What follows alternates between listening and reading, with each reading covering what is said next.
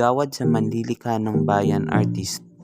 In this video, we're going to show you 3 GAMABA artists. The first is Dulay, second, Salinta Monon, and third, Alonzo Saclag. Dulay, 1998 awardee, Region 12, South Cotabato. Dulay, born on August 3, 1928, Dulay was a Tiboli princess from the Lake Cebu region in South Cotabato. She first learned weaving at the age of 12 from her mother Luan Sinig. She is known for maintaining the use of traditional motifs in tinalak weaving amidst commercialization of the craft, which saw the introduction of more modern designs by non-Tibolis. She notably had a mental repertoire of around 100 patterns and designs. Some of these were based on her dreams, hence her description as a dream weaver. Dulay knows 100 designs, including the buling langit or clouds, the bunkering or hair banks, and the kabini or butterfly. Each one special for the story it tells. Using red and black dyes, she spins her stories with grace. Her textiles reflect the wisdom and the visions of her people. Upon learning that she was being considered to be one of the Gawad sa Manlilikha ng Bayan awardees, tears of joy fell from her eyes. She thought of the school that she wanted to build, a school where the women of her community could go to perfect their art.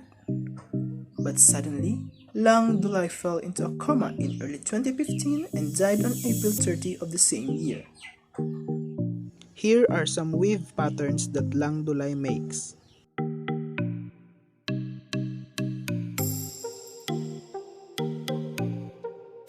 Salinta Monon, 1998 awardee, Region 11, Davao del Sur. Salinta Monon was born on December 12, 1920 and grew up in Bituag, Bansalan in Davao del Sur and watched her mother weave ikat, a traditional abaca fabric, when she was a child. She asked her mother how to use the loom at age 12 and learned how to weave within a few months. She weaves a design for 3 to 4 months. In a month, she can weave fabric which can be used for a silver abaca tube stick, which measures 3.5 by 0.42 meters. When she has work to finish, Salinta isolates herself from her family to ensure privacy and concentration in her art. At the moment, she does her weaving in her own home, but she wants nothing better than to build a structure just for weaving, a place exclusively for the use of weavers. She looks forward to teaching young wives in her community the art of weaving, for despite the increasing pressure of modern society, Pagobo women are still interested in learning the art. Few women in 1990s have the inclination, patience, or perseverance to undergo strict training and discipline to become a weaver. Salinta maintains a pragmatic attitude toward the fact that she and her younger sister may be the only Pagobo weavers left. The last links to a colorful tradition among their ancestors that endured throughout the Spanish and American colonization periods and survived with a certain vigor up to the late 1950s. Her favorite design is the binuaya or crocodile, which is said to be among the most difficult to weave. According to Cherry Quizon, an anthropologist based in New York, the origin of Monon's design can be dated back as early as the 1910s. Monon was awarded the National Living Treasures Award in 1998. She died on June 4, 2001. President Rodrigo Duterte declared a year-long celebration named Centennial Year of Salinta Monon from December 12, 2021 in her honor. Here are some of her artworks.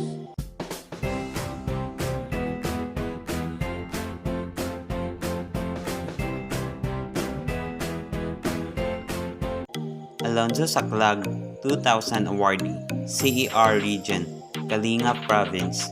Alonzo Saclag was born on August 4, 1943 and lived in Labuangan, Kalinga Province. He was declared Manlilikha ng Bayan for the year 2000 in the CER region.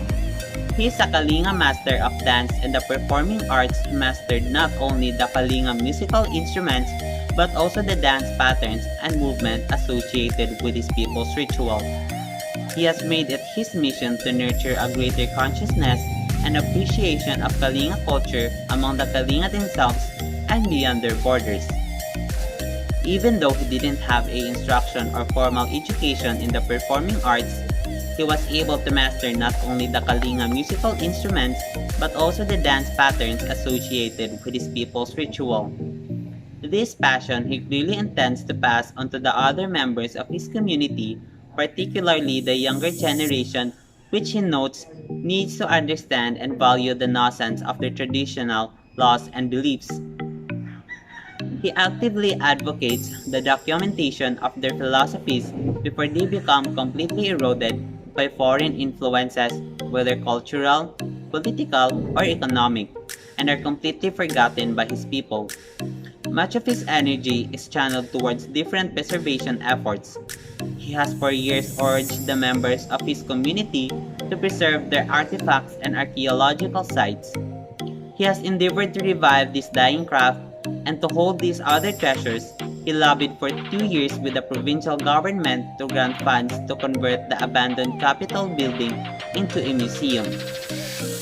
His persistence was finally rewarded when support from the provincial government and other patrons, and the Lubuangan branch of the National Museum was established. His campaign also brought him to schools where he discusses and shows the children the traditional instruments and costume of the Kalinga tribe. Their village was also open for tourists so that they can experience the life, tradition, music, dance, and instruments of the Kalinga tribe. Here are 10 instruments that the Kalinga tribe has. First, the tunggatong, a bamboo stamping tube. Second, the bongkaka, a bamboo buzzer. Third, the sagepo, a bamboo panpipes. Fourth, pulitong, a polycordal bamboo tube zither. Fifth, gangsa, a flat gong.